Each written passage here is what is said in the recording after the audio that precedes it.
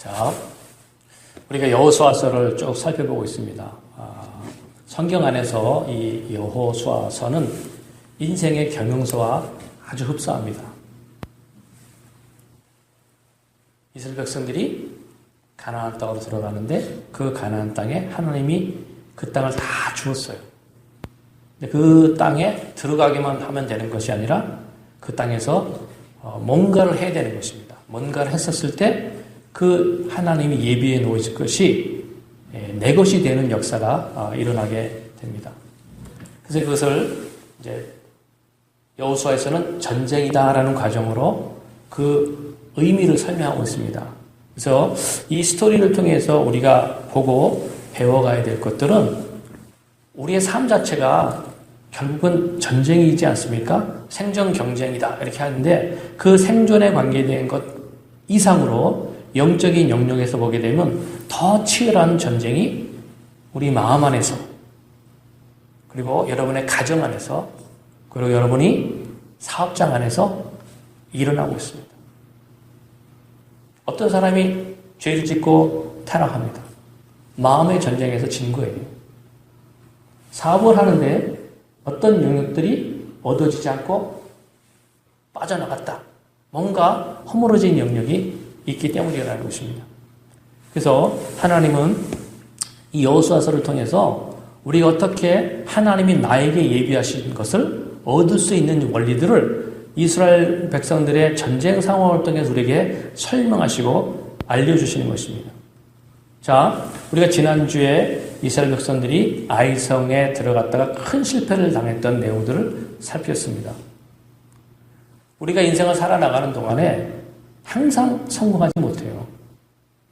여러 가지 영역에서 넘어질 때가 있고 실패할 때가 있습니다.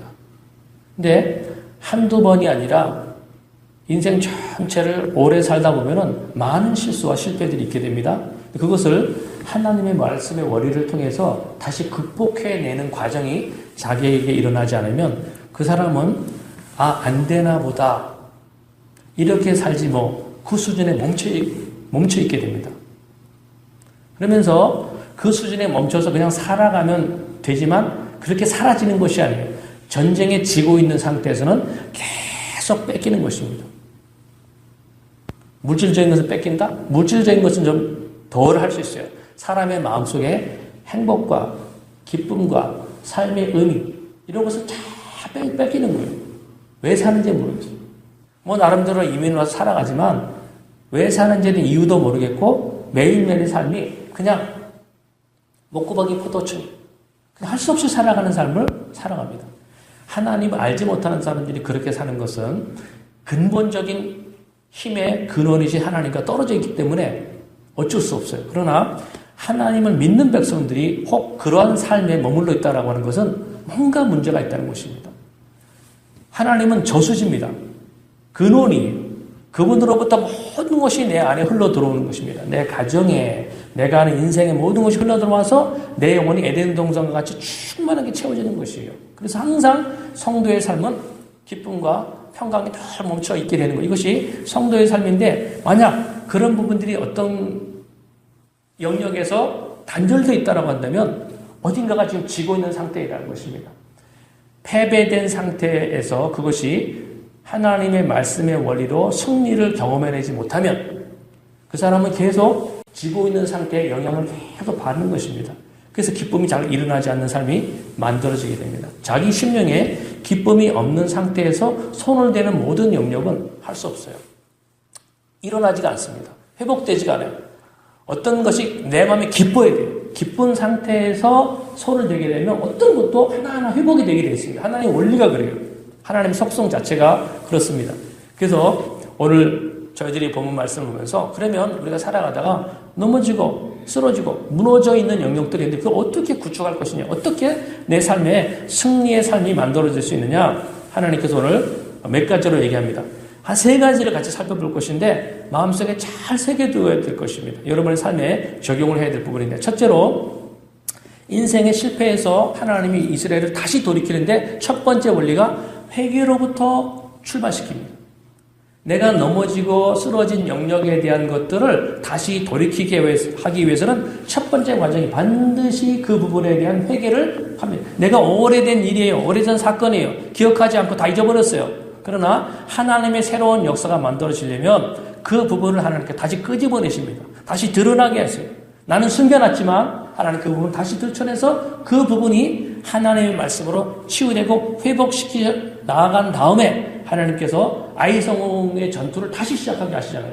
그 승리를 경험하게 하십니다. 하나님이 동일한 원리로 우리 가운데 역사를 해나가십니다. 그래서 지난번 여호수아서 7장에 보니까 25절에 하나님이 준비시켜 나가는 것이 여호수아가 이르되 내가 어찌하여 우리를 괴롭게 하였느냐 여호와께서 오늘 너를 괴롭게 하시리라 하니 온 이스라엘이 그를 아간입니다. 돌로 치고 물건들도 돌로 치고 불사르고 그 위에 돌 무더기를 크게 쌓았더니 오늘까지 있더라. 여호와께서 그의 맹렬한 진노를 그치시니 그러므로 그곳 이름을 오늘까지 악을 골짜기라 부르더라. 택한 하나님의 백성이 탐욕이라는 것 때문에 그리고 이스라엘 백성은 교만이라는 것 때문에 하나님께서 아이성 전투를 실패하게 하십니다. 탐욕과 교만이라는 것 때문에 말씀을 소홀히 여기는 경향성이 만들어지고 그래서 실패했어요. 그래서 우리가 인생을 살아가다가 어떤 삶의 실패가 오는 모든 것들은 결국 내 안에 하나님 모실 때 죄라고 하는 영역, 특별히 여호수아서에서는 탐욕이나 교만이라는 어떤 영역이 자리 잡고 있다는 것입니다. 이 부분이 고쳐지지 아니하면 이 부분 때문에 손대는 영역 가운데 무너짐과 실패가 온다는 것입니다. 그런데 하나님께서 여기 본문에 나오는 악을 골짜기에 이스라엘 백성의 실패의 경험이 있는 사건과 기억을 하나님께서 호세아서 말씀 보게 되면 소망의 문으로 만드시겠다 하나님이 약속하셨습니다. 그래서 우리가 크리스찬으로 살아나가면서 늘 마음속에 새겨두어야 될 것들이 내 인생에서 경험된 어떤 실패가 실패로 머물러서 있게 만들어서는 안 된다는 것입니다. 반드시 그 부분이 하나님의 치유, 하나님의 회복, 어떤 하나님이 일으키신 일들로 반드시 승리했다는 체험과 경험, 흔적들이 그 안에 머물러 있게 해야 된다는 것입니다. 그래서 사람이 실패하게 되면 하나의 실패의 사건이 아니에요. 그 실패가 계속 패배의식과 절망, 낙심 이런 의식들을 만들어내게 됩니다. 근데 이것이 우리 안에서 계속 쓴물을 나타내는 것입니다. 그래서 이 실패의 경험은 나의 인생의 앞날을 막는 요인으로 항상 작용을 하고 있습니다. 아셔야 돼요. 우리가 인생에 전략과 열심을 잘하게 되면 내 인생의 미래가 펼쳐질 것이냐? 그러면 하나님이 필요 없잖아요. 열심히 살아도 처세술에 의해서 자기 인생에 행복한 미래가 온다라고 한다면 기도가 무슨 필요가 있으며 예배가 무슨 필요가 있으며 하나님 무슨 필요가 있어요? 하나님 말씀하신 것은 반드시 그 부분이 하나님께로 돌아와서 하나님이 말씀하시는 원리를 가지고 그걸 끊어낼 때 그래서 여호수아를 통해서 아간의 문제를 근절시키게 만들지 않습니까? 그래서 아간에 속한 모든 재물을 다 들고 와서 돌로 쳐서 그것을 악을 골짜기로 만들어라 이렇게 말씀하고 있습니다. 자, 그러면 우리가 아간뿐만 아니라 우리 자체도 아간과 같아요. 우리에게도 탐욕이라는 것이 있고 우리에게도 이스라엘 백성들이 가지고 있는 교만이라는 속성이 인격화되어 있습니다. 그래서 살아가는 삶 속에서 계속 실수하고 넘어질 때가 종종 있습니다. 뭐 어떻게 하라는 것이냐? 하나님께서 우리에게 말씀하신 이 악을 골짜기가 소망의 문이 될 수 있도록 하신 것이 예수님이 오셔서 아간이 돌로 쳐서 죽임을 당하고 자기에 있는 모든 물건이 다 불사라짐을 당하는 것을 예수님이 당하신 거예요. 그래서 우리 크리스찬들이 생각해야 될 것이 뭐냐면 예수님이 나의 탐욕과 교만 때문에 내가 겪어야 될 모든 실패, 내가 겪어야 될 마음의 상처, 아픔 이런 것들을 예수님이 다 해결해 주셨어요. 해결해 주셨으면 더 이상은 그 탐욕과 교만의 대가로 나타나는 심판과 저주와 고통을 안 겪어야죠, 내가. 다 겪어주셨는데. 그런데 크리스찬들이 이 원리를 알지 못하면 사단에게 계속 속는다는 것입니다. 사단에게 속는다는 것이 뭐냐면 이 세상의 원리나 세상 사람들이 말하는 어떤 말들에 의해서 계속 속는다는 것입니다. 이렇게 해야지만 되는 거야. 가정은 또 이렇게 해야 돼. 자녀는 이렇게 준비시켜야 돼. 이런 세상에서 통용되는 말들이 자꾸 내 안에 들어와서 속으로 예수님께서 나를 위해서 다 대가를 지불해 놓으신 악을 골짜기의 사건을 내가 다시 짊어지는 것입니다. 어떤 아이가 막 소리를 지르면서 도망을 가고 있었어요.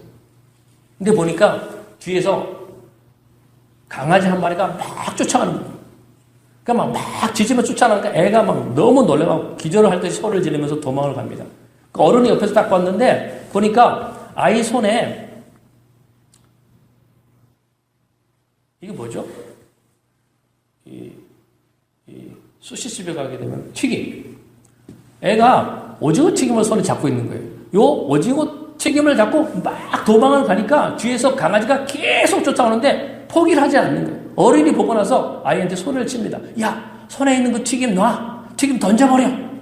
그 소리 듣고 애가 그 튀김을 갖고 있다가 확 뒤로 던져버렸어요. 그랬더니 강아지가 어떻게 됩니까? 아이를 쫓아옵니까? 튀김을 쫓아옵니까? 아이 쫓아오는 거 딱 중단하고 튀김한테 딱 가는 거예요. 하나님께서 오늘 저희들 가운데 인생에 실패가 왔었을 때 너희의 속을 돌아봐라. 그 안에 탐욕이라는 교만에 의해서 형성된 잘못과 죄들이 있다는 것입니다. 이 부분들을 놓으라는 거예요. 이 부분들을 제거하라는 거예요. 이 부분 때문에 사단이 계속 쫓아옵니다. 그래서 예수님을 통해서 내게 튀김처럼 붙잡고 있는 탐욕이나 욕심, 교만 이런 것을 딱 예수님의 십자가 앞에 회개하고 내려놓으면 더 이상 마귀가 나를 괴롭히지 않아요. 더 이상 사단이 내 인생 가운데 나를 괴롭히는 일들을 일으키지 않는다는 것입니다.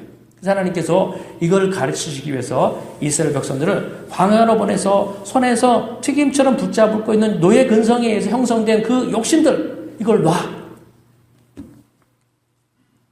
여러분의 가정생활이라든지 여러분의 이민와서의 모든 삶, 부부 사이라든지 모든 영역에 마음속에 계속 걸림이 되고 풀어지지 않는 영역이 있다라고 한다면 혹시 내가 그것을 마음으로 계속 붙잡고 있지 않는가 한번 생각을 해보세요.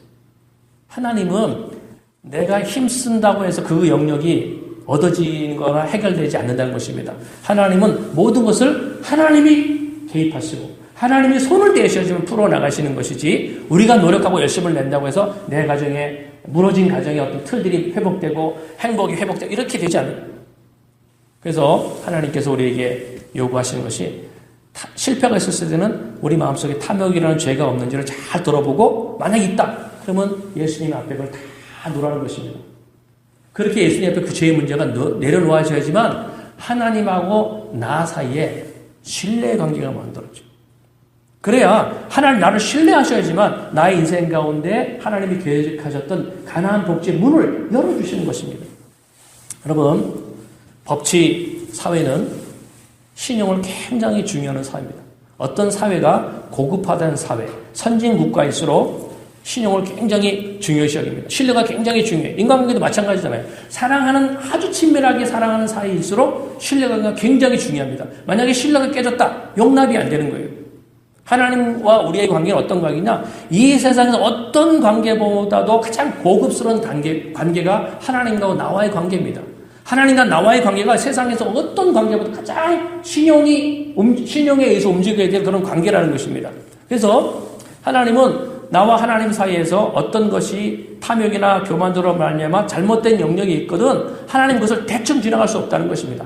대강대강 여러분 정말 신뢰하는 사이일수록 어떤 잘못에 대강대강해서 넘어가질 수가 없어요.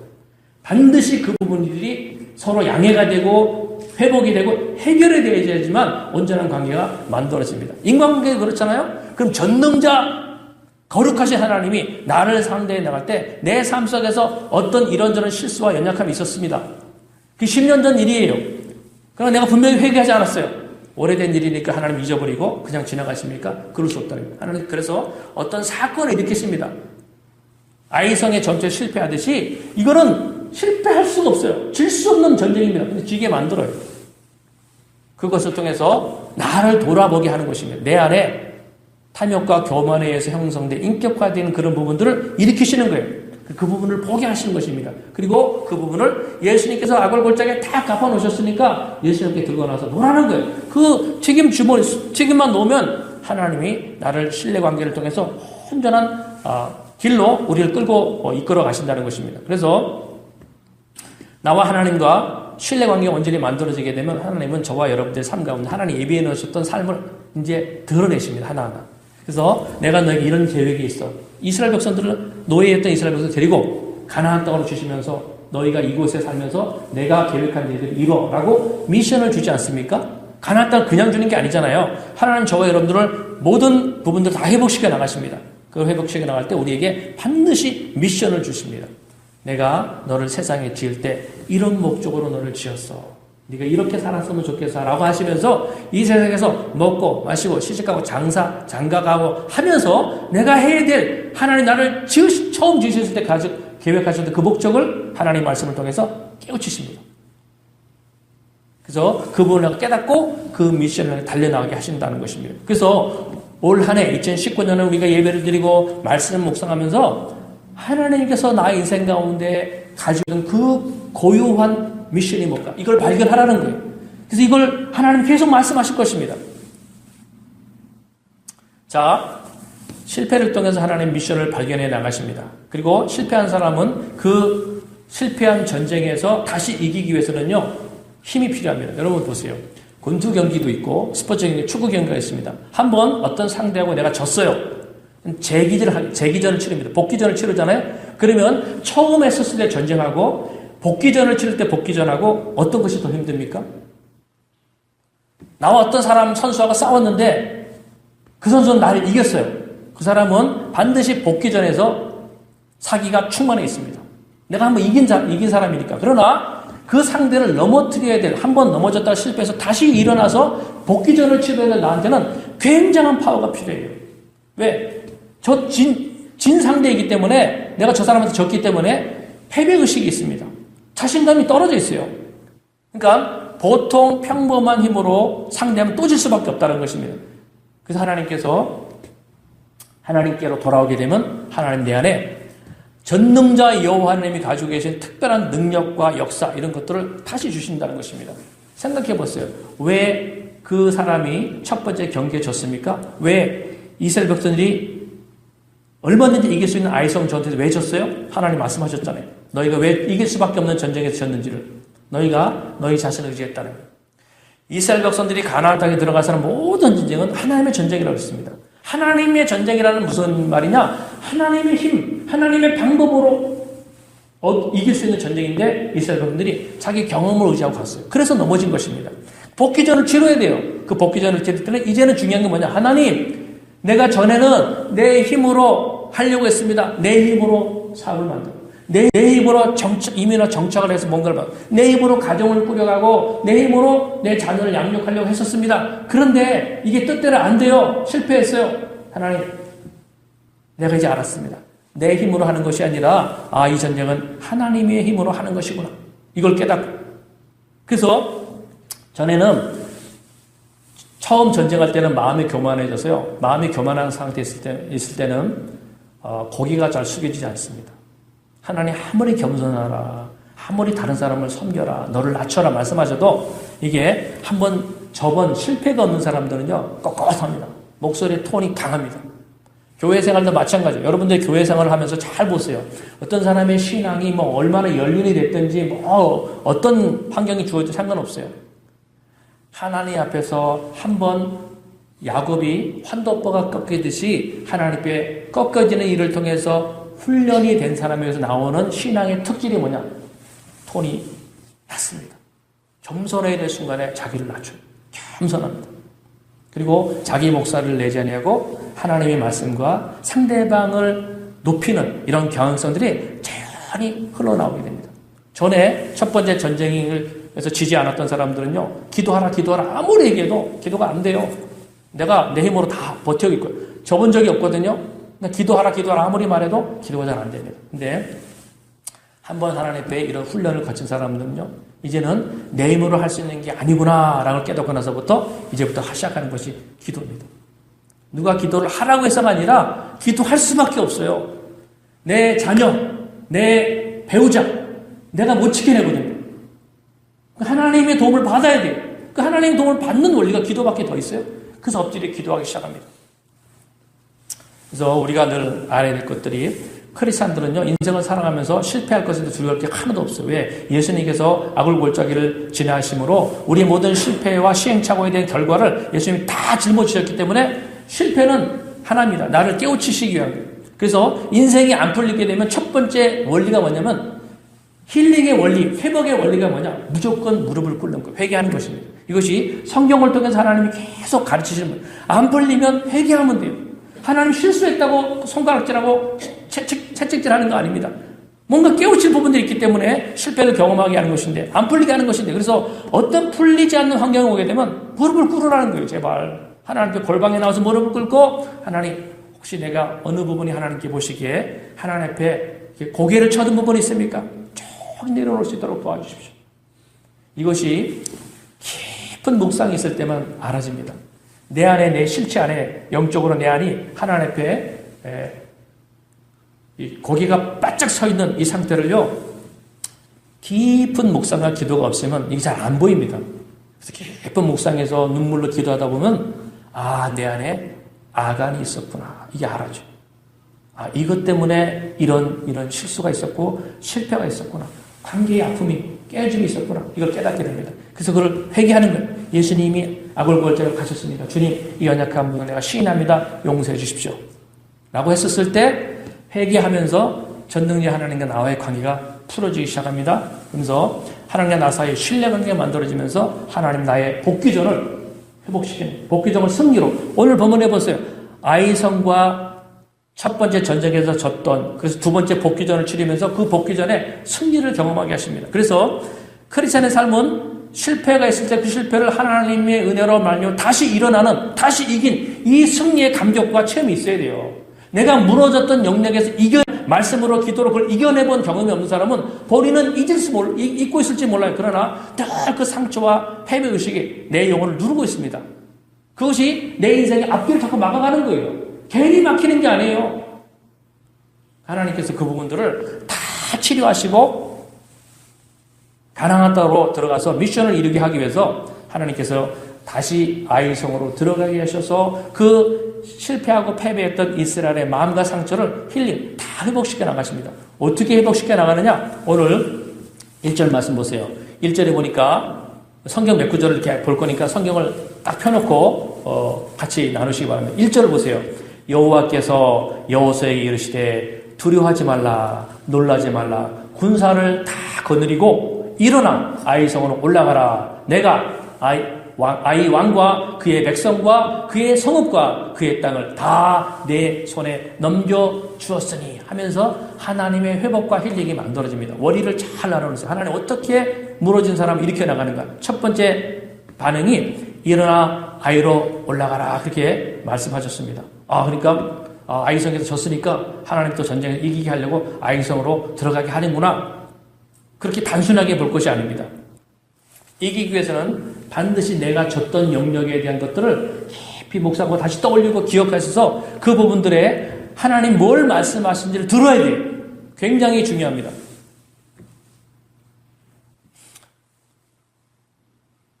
하나님께서 실패했던 사람을 일으키는 원리는 항상 똑같습니다. 여러분 신약 성경 보게 되면 실패의 아이콘 하면 떠오르는 사람이 베드로입니다. 베드로가 이 성격적인 것 때문에 그런지 실수가 많았었어요. 넘어짐도 많았었습니다. 근데 이 베드로를 하나님께서 예수님께서 처음 일으키실 때도 마찬가지입니다. 베드로를 어떻게 불러내시느냐? 자, 어느 날 베드로가 갈릴리 호숫가에서 물고기 잡으러 갔는데 물고기 한 마리는 못 잡았어요. 밤새도록 그물질했는데. 그러고서 이제 오늘 한 마리도 안 잡히냐고 나왔는데 예수님께서 그때 바닷가에서 말씀을 아침에 바닷가에서 말씀을 전하시다가 베드로가 이렇게 저쪽에서 그물 싣고 돌아올 때 그 베드로한테 가서 얘기합니다. 저 깊은 데서 한번 그물을 던져봐. 그랬어. 어디로 예수님을 보내냐면 베드로가 오늘 안 되네, 오늘 실패했네 라고 하는 느껴지는 영역으로 예수님께서 베드로를 다시 보냅니다. 그리고 말씀하시잖아요. 배 깊은 데 가서 그물을 던져봐라고 말씀하셨어요. 근데 그 말씀에 말도 안 되는 말씀에 순종을 했는데 거기서 놀라운 결과가 일어나게 하는 것을 경험시키십니다. 그러면서 죄와 탐욕과 교만 가운데 사로잡혀 있었던 베드로의 심령 가운데 하나님에 대한 눈이 열리게 만들어 나가는 거예요. 어디서 우리 인생 가운데 하나님이란 존재에 대해서 마음의 눈이 열리냐? 내가 크게 실패했던 것이 있다고 칩시다. 그 실패했던 영역에서 하나님이 주시는 큰 이적을 경험해 본 사람은 그때 실제자, 실존자, 창조주 하나님의 눈이 열리기 시작합니다. 그렇지 않고는 사람은 교만하고 자기 중심성이 강하기 때문에 하나님이란 보이지 않는 어떤 절제대에서 고개가 숙여지지 않고 그분의 이름을 부를 수가 없어요. 다 내 힘으로 살지. 근데 한번 내가 크게 실패했던 자리에 그래서 그것 때문에 늘 마음에 상처가 있고 아픔이 있고 낙심과 절망이 있었는데 어느 순간 하나님의 말씀이 들어오면서 그 부분에 대한 모든 것들이 예수님을 통해서 치료가 됐습니다. 그때 하나님께서 그 개인이 하나님의 놀라운 눈들이 열려져 나가는 것을 보게 됩니다. 성경에 하나님께서 말씀하셨던 모든 부분들이 다 이런 원리로 끌고 나가십니다. 여기 베드로가 그 사건을 통해서 경험한 게 뭐냐면 고기 많이 잡혔잖아요. 일반적으로 생각해 보게 되면 고기가 많이 잡혔습니다. 거기 보게 되면 성경 보게 되면요 너무 많아가지고 자기 배에도 다 못 채울 정도로 돼서 그 옆에 있는 동료의 배까지 불러갖고 2배 가득 찼다 이렇게 기록되어 있습니다. 이랬을 때 베드로의 반응이 뭐냐? 성경에 누가복음 5장에 보게 되면 우리가 볼 때는 놀라고 깜짝 놀랐을 거 아니에요. 그리고 감사 표시하고 기뻐서 돌아갔고 집에 가서 배불리 먹고 이랬을 것입니다. 근데 여기 성경에 보면 베드로가 무슨 반응을 하냐면 그 사건을 경험하면서 충격을 받고 예수님을 향해서 주님 나를 떠나소서 내가 죄인입니다 라는 고백을 하게 됩니다. 무슨 말이냐면 경제의 논리로 세정돈 논리로 살던 베드로가 그 사건을 통해서 예수님이라는 대상을 영적인 존재로 보기 시작하는 거예요. 우리가 하나님 천지를 만든 하나님에 대한 모든 것들이 그냥 교리적으로 상식적으로만 알고 있었던 하나님이에요. 그러나 한번 내가 실패했던 자리에서 말씀을 통해서 치유와 회복을 경험하게 되면 그 하나님이 이제부터 나에게 영적인 대상으로 오게 됩니다.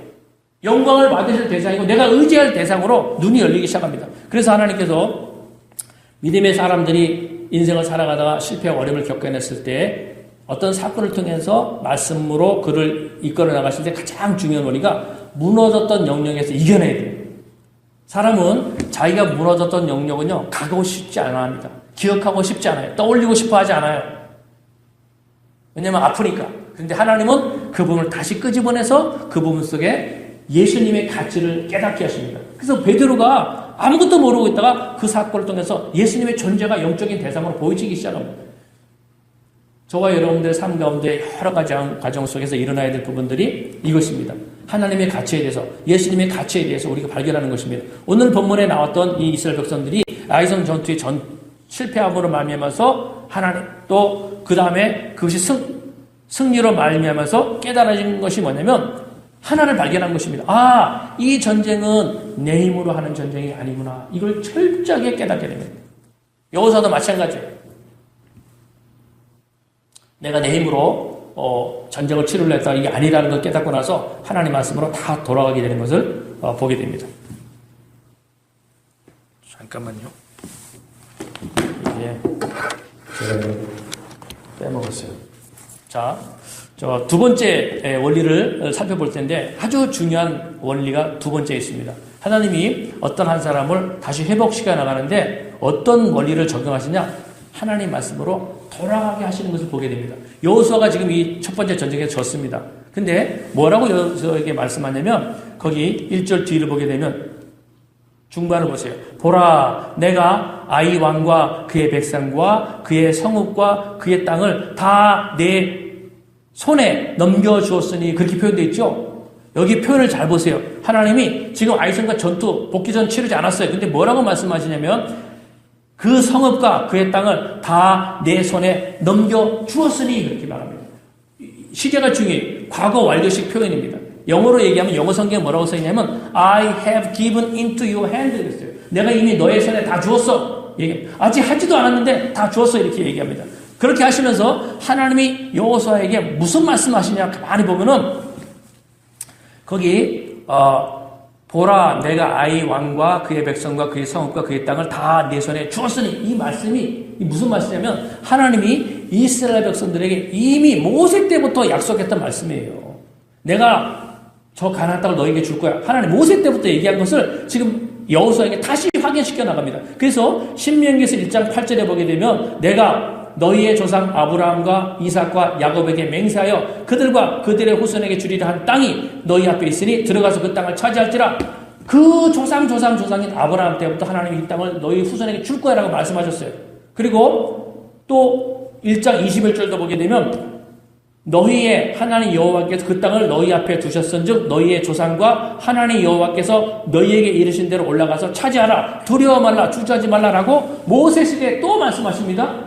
그리고 지금 한번 실패했던 여호수아에게 하나님께서 다시 어떤 말씀을 다시 그 약속의 말씀을 해 주시는 것을 보게 됩니다. 그러면 저를 다 보세요.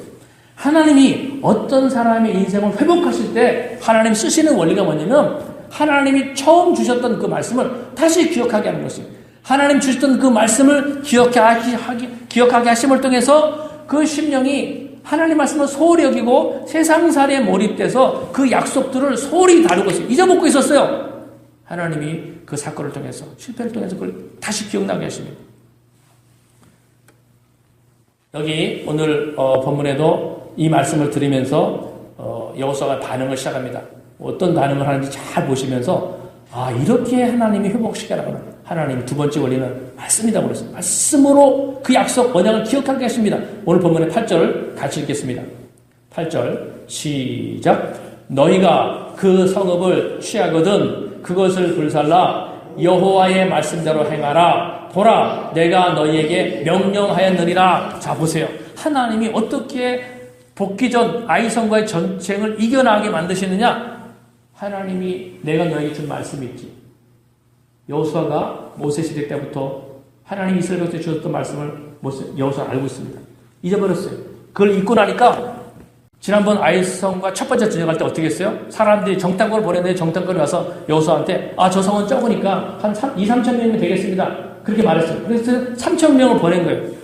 여호수아가 뭘 잊고 있냐면 하나님의 전쟁, 하나님의 말씀, 하나님의 방법에 대한 것을 잃어버립니다. 그리고 사람의 말, 경험에 근거해서 선택을 해버렸어요. 그래서 실패한 것입니다. 그런데 이 한 번 실패하고 나서 다시 복귀전을 치를 때 여호수아의 마음속에 새기지는 것이 있어요. 그것이 하나님이 전에 말씀하신 것. 이것을 여호수아가 계속 주목합니다. 몇 군데를 볼 텐데 자 18절 말씀도 보세요. 18절 보게 되면 여호와께서 여호수아에게 이르시되 내 손에 잡은 단창을 들어 아이를 가리키라. 내가 이 성읍을 내 손에 넘겨주리라. 여호수아가 그의 손에 잡은 단창을 들어 그의 성읍을 가리키니. 이게 굉장히 중요합니다. 실패한 현장에서 하나님이 그 영을 일으키셔서 복귀전을 승리로 일으키실 때 하나님이 각 사람에게 고유한 말씀을 주십니다. 여호수아에게 하나님께서 뭐라고 말씀하셨어요? 네 손에 단창을 들고 있지? 그 단창을 들어 그 성읍을 가리키라고 그랬어요. 그 말씀이 들어오고 나서 여호수아가 소홀히 다룰 수 있어요.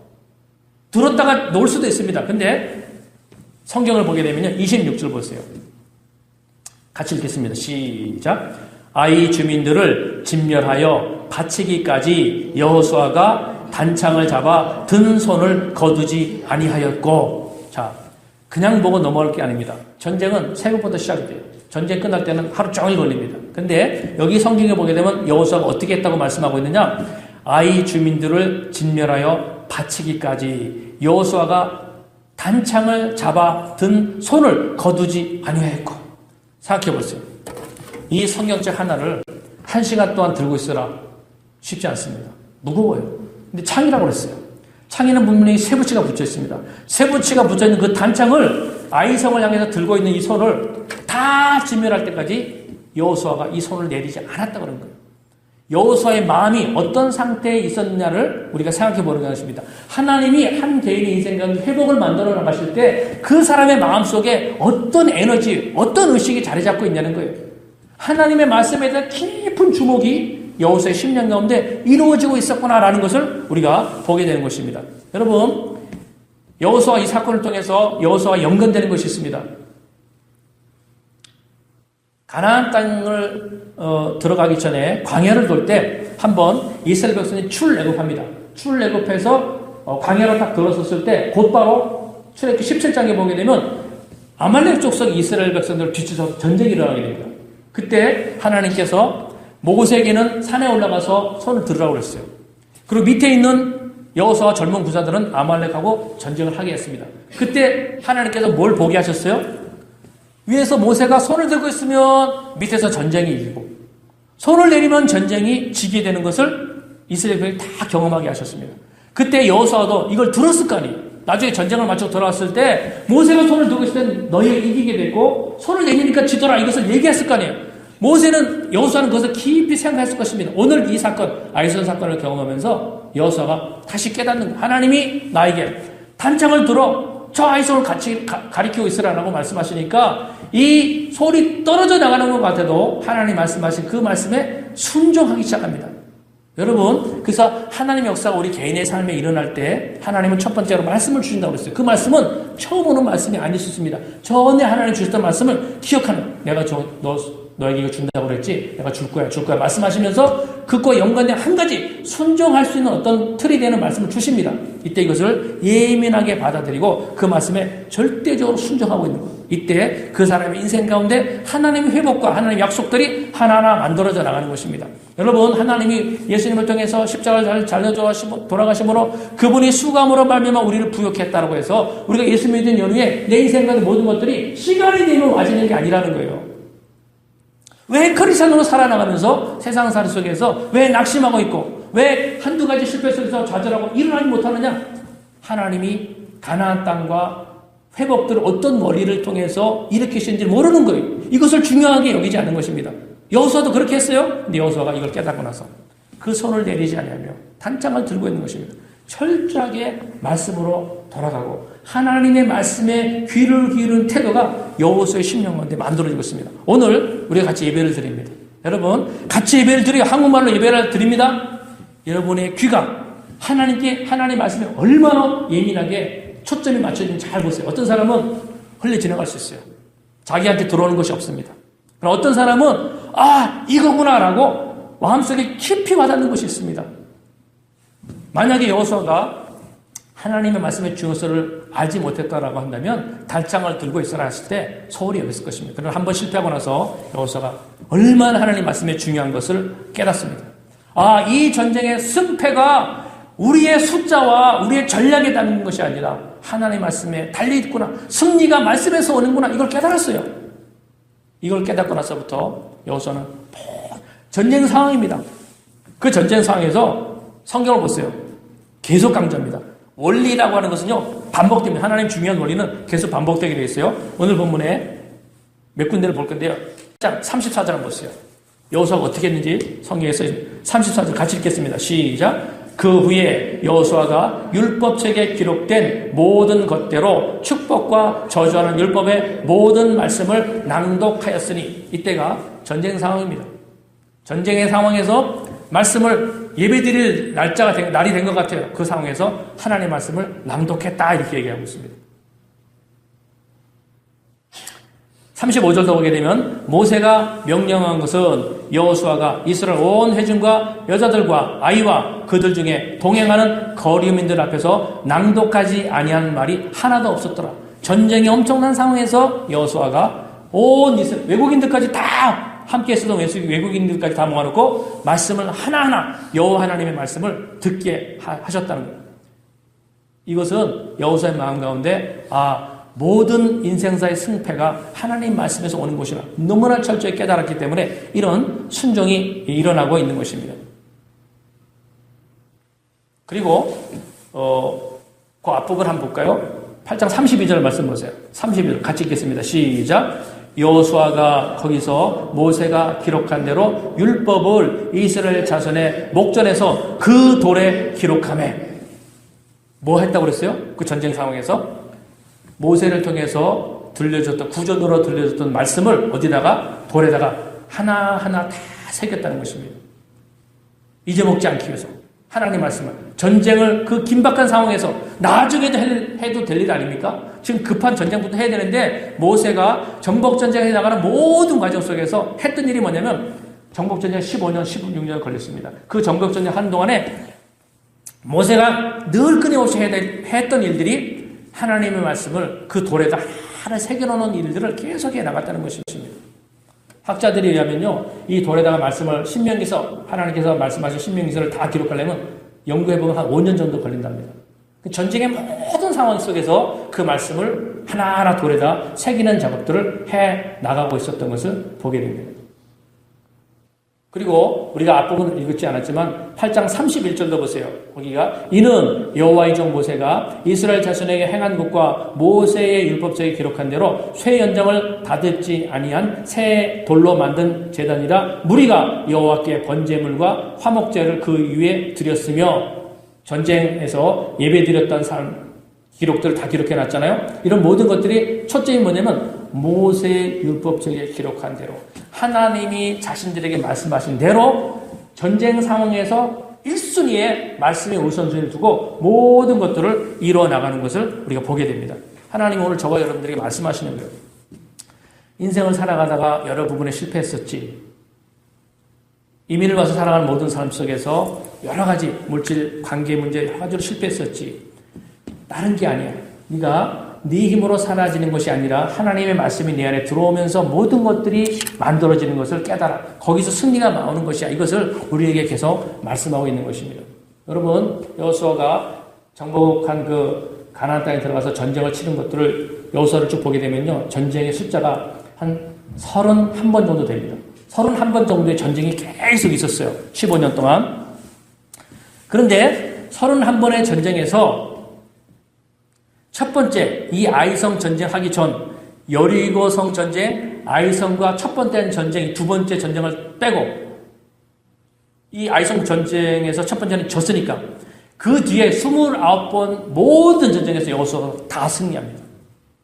여호수아의 인생 가운데 하나님의 승리가 축복으로 계속 이어지는데 그 첫 번째 시발점이 뭐냐면 하나님의 말씀을 중요시 여기기 시작하면서 그 말씀의 가치를 깨닫는 순간부터 하나님, 그리고 그 가치를 깨닫고 말씀에 순종하잖아요. 예배도 말씀을 새기는 거, 어떤 것도 우선순위에 말씀에 두고 살아나기 시작할 때 하나님이 여호수아의 삶 가운데 승리를 만들어냈어요. 무슨 말입니까? 우리가 실패했던 가정도 있고 자녀도 있고 경제적인 활동도 있고 여러 가지가 있을 수 있습니다. 모든 것의 승리는 어디서부터 출발시켜 나가느냐면 하나님 말씀의 소중함을 느끼기 시작할 때부터 하나님 그런 일들을 시작하신다는 것입니다. 그래서 회복의 원리가 뭐냐면 하나님 말씀이 가치를 깨닫고 그 말씀과 주의하러 묵상하는 삶이 시작될 때 하나님 내 인생을 회복하신다는 거예요. 그래서 우리 2019년을 살아가면서 훈련하고 적용할 것들이 뭡니까? 하나님은 중요한 것이구나. 그래서 말씀을 자꾸 묵상하고 가까이 하라는 것입니다. 이게 하나님의 회복의 원리예요. 말씀의 소중함을 깨닫지 않은 상태에서는 한 번 전쟁을 해서 이길 수는 있어요. 그러나 그 다음 전쟁이 아이성과 똑같습니다. 지는 거예요. 여리고성이 이겼는데 아이성 말씀 없이 갔더니 다 지는 거예요. 우리 인생도 똑같습니다. 그래서 지금 20대, 30대, 40대를 살아나가면서 20대 때 이길 수 있어요. 30대 때 사업할 때 좋은 결과가 올 수 있어요. 그러나 40대 때 무너지는 삶이 온다는 것입니다. 그걸 피할 수 있는 것이 뭐냐? 말씀의 소중함을 깨닫고 말씀을 마음속에 새겨놓기 시작하면 이것이 하나님이 회복하는 원리라는 것입니다. 그리고 오늘 말씀에서 아주 중요한 부연 설명되는 것이 뭐냐면 이 하나님이 이스라엘 백성들을 정복해서 아이성이라는 이 전쟁을 이기게 만들지 않습니까? 이 모든 전쟁은 하나님이 알아서 다 해주시는 것인가? 그렇지 않다는 것입니다. 하나님이 하실 영역이 있고 내가 해야 될 내목이 있어요. 내 인생의 미래에 하나님 예비하신 어떤 목표가 있고 축복이 있다 칩시다. 하나님이 하세요. 그러나 거기에는 반드시 내가 해야 될 목이 있습니다. 또 어떻게 보게 되면 어떻게 말씀하시냐면 하나님이 이스라엘 백성들에게 말씀하시는 아이성을 정복하는 원리가 약간씩 달라집니다. 그죠? 8장 1절에 보세요. 여호와께서 여호수아에게 이르시되 두려워 마, 놀라지 마, 군사를 다 거느리고 아이성으로 올라가라 그랬어요. 제가 이걸 설명하기 위해서 여러분 주보에다가 그림을 그려놨어요. 한번 그걸 잘 보시고 설명을 잘 들어야 됩니다. 여러분 거기 잘 보세요. 자, 거기 그림이 있는데 그림을 보기 전에 저를 보세요. 이스라엘 본대가 있습니다. 100만 명이 넘는 이스라엘이 여기 진영이 평지에 진치고 있었잖아요. 여기 아이성이 있어요. 그리고 아이성이 전쟁을 하는데 하나님께서 이 이스라엘 진영 가운데 3만 명을 뗐어요. 3만 명을 복병으로 떼가지고 이스라엘 본대, 아이성. 근데 이 300명을 빼서 뒤로 가서 여기서부터 여기까지 24km입니다. 직선 거리는 24km인데 이 3만 명을 밤에 이동시켰어요. 밤에 이동시켜서 아이성의 뒤쪽으로 가서 숨어 있으라고 합니다. 이거 중요합니다. 3만 명이 여기 있는데 하나님이 두 번째로 5천 명을 따로 뗐어요. 5천 명을 따로 떼서 5천 명 어디에다 들어왔냐? 요 아이성이 있고 3만 명이 있고 여기다 5천 명을 두게 합니다. 요 뒤에 뭐가 있냐? 여기 베델이라는 성이 있어요. 아이성과 베델은 가나안 족속 같은 편입니다. 이스라엘 백성들이 아이성을 공격할 때 이 베델성에 있는 사람들이 일로 도와줄 수, 연합할 수 있어요. 하나님께서 이 아이성과 베델성 중간에 3만 명의 보병을 두고 그 옆에다가 5천 명의 또 다른 보병을 두어서 이 베델에 있는 사람들이 아이성으로 들어오지 못하도록 지키고 있다고 했어요. 그러고 나서 하나님께서 전쟁을 시작해 나가십니다. 하나님이 우리의 삶 가운데 어떤 승리를 이뤄나갈 때 하나님이 모든 것을 다 이루어주냐? 혹시라도 기도하고 있으면 하나님 다 들어줄 거야. 기도만 하고 다 들어줄 거야. 그렇지 않아요. 하나님이 기도하면 들어주십니다. 그런데 기도하게 되는 하나님 우리 가운데 해야 할 일들을 주시는 거예요. 하나님의 원리가 항상 바뀐다는 거예요. 아주 중요한 원리는 방향은 똑같습니다. 그러나 순간순간마다 하나님께서 나에게 요구하시는 방법과 원리는 다 다를 수 있어요. 그래서 늘 우리가 하나님의 음성에 귀를 기울이고 기도하는 삶이 만들어져 있지만 하나님이 나에게 주시는 말씀이 깨달아질 수 있습니다. 하나님이 저 가정에게 어떤 말씀을 주셔서 그 가정에 축복과 은혜와 형통이 왔어요. 그 원리를 똑같이 내게 적용한다? 아닙니다. 하나님이 각 사람에게 예수님께서 병자를 고치실 때 똑같은 원리와 방법으로 고치지 않았어요. 방향은 똑같습니다. 이 아이성을 공격해라고 방향 지시하셨어요. 그러나 그 성을 정복하는 우리 여리고 성을 정복할 때와 아이성을 정복할 때가 다 달랐잖아요. 하나님이 저와 여러분들이 똑같습니다. 하나님이 기가 막힌 전술을 통해서 해 나가시는데 우리가 3만 명을 보병을 보내고 5천 명을 보내고 다 했어요. 근데 우리가 생각해야 될 것이 뭐냐면 하나님이 이 전쟁을 누구의 전쟁이라고 말씀하셨어요? 나의 전쟁이라고 말씀하셨어요. 그러면 하나님 다 해주셔야 되잖아요. 내가 인생을 살아가면서 내가 여기 와서 예수 믿게 되고 세상에 살아나갈 때 하나님 나의 자녀가 되고 왕이신 하나님 나를 자녀 삼으셨으니까 모든 걸 하나님 다 축복하시고 해결해 주셔야 되지 않아? 그렇게 질문할 수 있습니다. 그런데 오늘 말씀 보게 되면 우리가 아주 중요하게 원리를 깨달아야 될 부분이 한 가지가 있는 것이 뭐냐면 처음은 하나님이 다 해주세요. 가나안 땅으로 들어간 이스라엘 백성들이 첫 번째 전쟁 여리고성 어떻게 하셨어요? 나의 전쟁이야. 너희가 이 여리고성을 무너뜨리게 할 일이 없어. 그냥 성벽만 돌아. 성벽이 무너진 것은 내가 다 할 거야. 말씀하시고 하나님 그렇게 하셨어요.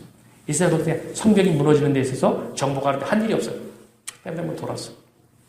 처음 전쟁은 하나님이 다 해줬습니다. 그러나 두 번째 전쟁은 하나님이 하시는 걸 보게 되면 너희 몫이 있다는 거예요. 3만 명을 보내. 5천 명을 보내. 그리고 단차가 들고 있어. 그리고 정복전쟁을 해. 하나님께서 우리에게 뭔가를 맡기시는 영역이 주어진다는 것입니다. 이 원리는요, 모든 영역에 똑같습니다. 여러분, 제가 누가복음을 잠깐 보고 이제 설교를 마치려고 합니다. 제가 시간이 없어서 누가복음을 성경에 써놨어요. 주보에다가. 주보를 잘 보세요. 예수님께서 제자들 훈련해 나가시는데 독특한 방법을 쓰시는 것을 보게 됩니다. 자, 누가복음 10장 4절에 거기 써 있어요. 주보에.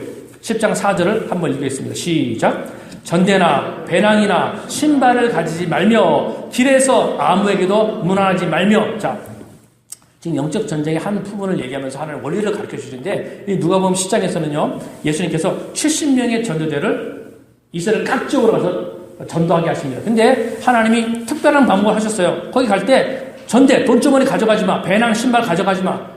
그리고 길에 가서 만나도 무난하지 마. 그냥 가서 복음만 전해. 그러면 너희의 모든 필요가 채워지고 전도한 결과가 올 거야 라고 얘기했어요. 자, 답이 뭡니까? 실제로 그렇게 했는데 10장 17절 같이 읽겠습니다. 시작. 70인이 기뻐하여 돌아와 이르되 주여 주의 이름이면 귀신들도 우리에게 항복하여도이다 그 얘기했어요. 진짜 아무것도 안 가지고 왔는데 전쟁에서 이겨지더라는 거예요. 하나님 이것을 경험시키십니다. 그리고 다시 70여 명의 전도를 또 보냅니다. 누가복음 22장 35절 그 이하에 나오는데 자, 또 보냈어요. 근데 보내고 나서 결론이 뭡니까? 35절 읽어보겠습니다. 시작. 그들에게 이르시되 내가 너희를 전대와 배낭과 신발도 없이 보낼 때 부족한 것이 있더냐? 이르되 없었나이다. 자, 저를 보세요. 두 번째 보냅니다. 근데 똑같았어요. 아무것도 가지지 않았는데 다 전쟁에서 마귀를 쫓아내고 병자를 낫게 하고 복음을 전하는 이런 역사가 일어나겠습니다. 그런데 36절 보세요. 그 일을 말씀하시고 나서 36절에 뭐라고 말씀해요? 누가복음 20장 30절 같이 읽겠습니다. 시작. 이르시되 이제는 전대 있는 자는 가질 것이요 배낭도 그리하고 검 없는 자는 겉옷을 팔아 살지어다. 저를 잡았어요. 이게 무슨 의미냐는 거예요. 처음에 전도하러 가는 그 전쟁에서는 아무것도 가져가지 마. 내가 다 도울 거야. 이렇게 말씀하셨어요? 진짜 그런 결과가 왔어요? 두 번째 보냈는데 보내고 나서 이제부터 예수님께서 하시는 말씀은 정반대로 말씀하십니다. 이제는 돈주머니 가져가. 배낭도 가져가. 너 검이 없어? 왜냐면 전도하러 돌아다니면 던질 수도 있고 강도도 있으니까 칼이 있어야 돼요. 칼이 없어? 그러면 겉옷을 팔아서라도 그 옷을 사. 정반대로 말씀하십니다. 이게 무슨 원리냐는 거예요. 하나님께서 오늘 여리고성을 정복해 나가는 정복전쟁의 원리하고 예수님께서 전도를 통해서 가르친 원리가 똑같습니다. 여기 중요한 원리가 하나 있는 것이 뭐냐면 하나님이 나를 예수 믿게 한 이후에 내 인생 가운데 하나님이라는 존재를 깨우치실 때는 하나님 기적적 사건을 일으키시는데 이때는요 내가 한 일이 하나도 없어요. 그냥 해. 내가 다 도울 거야. 근데 그 말씀대로 갔더니 진짜 좋은 결과가 왔어요. 기적 같은 역사가 일어났어요. 너무나 감격적입니다. 야, 하나님이 살아계시는구나. 믿음이 왔어요. 믿음이 형성된 것을 본 이후에 하나님이 자기 백성을 이끌어 나가신 모든 원인은 내 몫이 있다는 것입니다. 내가 해야 됩니다. 전부는 하나님이 하세요. 그런데 거기에 내가 해야 될 부분이 두시고 그 부분에 내가 순종하는 것이 있어야지만 그 복이 내게 들어온다는 것입니다. 만약에 두 번째 복귀를 치르는 이 아이성의 전투에서 단창을 들으라는데 들다가 힘들다가 나왔어요. 3만 명을 보내라는데 3만 명은 너무 많습니다. 그죠? 한 15,000만 보내야 되지 않겠습니까? 라고 자기 나름대로 말씀을 해석해서 적용을 했다라고 한다면 두 번째 전쟁에서 이스라엘 백성은 반드시 졌을 것입니다. 하나님 우리에게 뭘 가르치냐면 믿음이 형성된 이후에 우리의 삶에서는 이제 내가 해야 될 목표를 준비하라는 거예요. 그래서 오늘 말씀에 보게 되면 하나님이 이스라엘 백성들에게 4절 보세요. 4절에 보게 되면 맨 끝에 준비하라라는 말이 이제 나오기 시작합니다. 4절 맨 끝에 다 스스로 준비하라 라고 말씀하시면서 그 정복 전쟁에 대해서 스스로 해야 될 역할들을 준비하게 하시는 것을 우리가 보게 됩니다. 여러분, 우리가 이스라엘 백성들을 이끌어 나가신 모든 원리 속에 똑같은 원리가 적용된다고 그랬어요. 홍해를 건너기 전에 하나님께서 10가지 제국을 통해서 어마어마한 기적적 사건을 일으키면서 이스라엘 백성들 마음속에 믿음을 만들어 놓습니다. 그리고 나서 아말렉 족속과 전쟁이 일어났는데 아말렉 족속이 바로 쫓아왔거든요. 가나안 땅에 들어가서 얼마 안 있어서. 근데 여러분 생각해 보세요. 얼마 전에 개구리, 독종, 우박, 흑암 등으로 이스라엘 백성들을 막 초월적 역사로 다 하셨다라고 한다면 뒤에서 아말렉이 쳐들어온다. 하나님이 모래폭풍을 일으킨다. 못할 수 있어요? 전능자 하나님이 모래폭풍 한 번만 일으키시면 아말렉이 다 끝낼 수 있습니다. 하나님 어떻게 하시냐는 거예요. 하나님이 그 얼마 전까지는 막 어마어마한 천재지변으로 다 보호하셨어요. 그러나 믿음이 어느 정도 형성된 부터는 하나님께서 우리가 해야 될 몫을 주시고 거기에 순종하게 하십니다. 그리고 그 순종하는 것을 하나님 뭘로 보시냐? 믿었다라고 하는 거예요. 믿었기에 하나님이 가나안 땅을 주시고 믿었기에 하나님께서 그 가정의 미래를 만들어 나가신 것입니다. 믿었기 때문에 도저히 일어날 수 없는 회복이 내 개인적인 삶 가운데 일어나게 하시는 것입니다. 여러분, 우리 각자 이제 개인의 인생이 있습니다. 가정적으로 자녀를 양육하고 경제, 정착 여러 가지 환경이 있어요. 여러분이 만일 예수님 누구신지를 알고 하나님이 살아계신 존재고 나와 함께 하시는 믿음이 만들어지게 되면 이제부터는 내가 해야 될 영역은 하나님이 말씀하세요. 너 기도해야 돼. 너 말씀으로 돌아가야 돼. 너 섬겨야 돼. 어떤 영역을 준비해야 돼. 하나님 구체적으로 여호수아에게 단창 들어 말씀하듯이 하나님 말씀하시는 거예요. 중요한 것은 순종해야 돼. 될지 안 될지 이 정도면 되겠지 재단하지 말고 말씀하신 그대로 가는 거예요. 그러면 모든 영역들은 하나님 일으키신 전쟁입니다. 하나님이 감당한 전쟁이에요. 내가 뭔가를 몫을 담당했다고 결과가 오는 것이 아닙니다. 내가 자녀를 양육해 나가는데 내가 최선을 다했다고 좋은 결과가 와주는 게 모든 것은 하나님이 하십니다. 서로 다른 거예요. 하나님이 하실 것을 믿고 말씀에 순종하기 시작하면 그걸 믿음으로 여기셔서 하나님의 기적적 사건을 일으키십니다. 올 한 해 하나님이 여러분들에게 그런 일을 시작하실 거예요.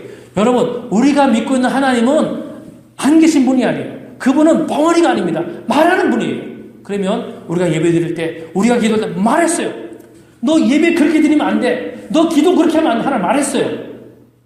순종해야 돼. 하나님, 내가 몸이 아프요. 내가 현실적으로 내 생존에 대한 이 직장의 일이 너무 심해요. 하나님 말씀하시면 다 아십니다. 어떤 형편이 다 알아요. 하나님은 아십니다. 단짝 하루 종일 들고 있는 거, 힘든 거 하나님 모르세요? 여호수아가 칼 들고 있는 힘든 거 아십니다. 그러나 말씀하시면 순종하는 거예요.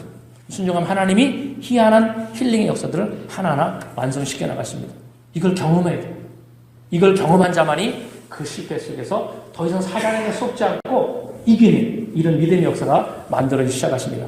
오늘 이런 말씀들을 묵상하시면서 각자 한 주만 동안 이 말씀들 가지고 깊이 기도하시기 바랍니다. 자, 우리 한 2분 동안만 오늘 내게 주신 말씀을 가지고 같이 하나님께 기도할 것입니다.